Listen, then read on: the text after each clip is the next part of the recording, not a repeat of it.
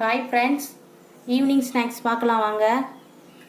Evening snacks என்னென்னா கடலை மாவு போண்டா. இதுக்குள்ள இப்போ நான் கடலை மாவு 2 கப்பும் அரிசி மாவு 1/4 கப்பும் எடுத்து வச்சுருக்கேன்.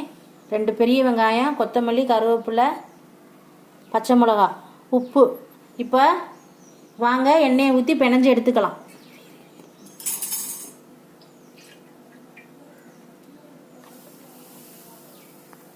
இப்போ எண்ணெய் ஊற்றி உப்பு போட்டாச்சு.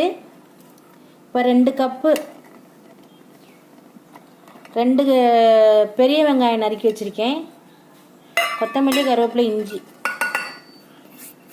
நல்லா பிணைஞ்சிக்கலாம். பொடி போட்டு நல்லா கிளறி வச்சாச்சு இட்லி பச்சை மாவு வதத்துக்கு. இப்போ வடையை போண்டாவை போட்டுக்கலாம். வெந்துருச்சு, எடுத்துக்கலாம். ஃப்ரெண்ட்ஸ், இதில் கொஞ்சம் சோம்பு போட்டுக்கிறோங்க, அப்போதே நல்லா வாசமாக இருக்கும். இப்போ வாங்க ஃப்ரெண்ட்ஸ்,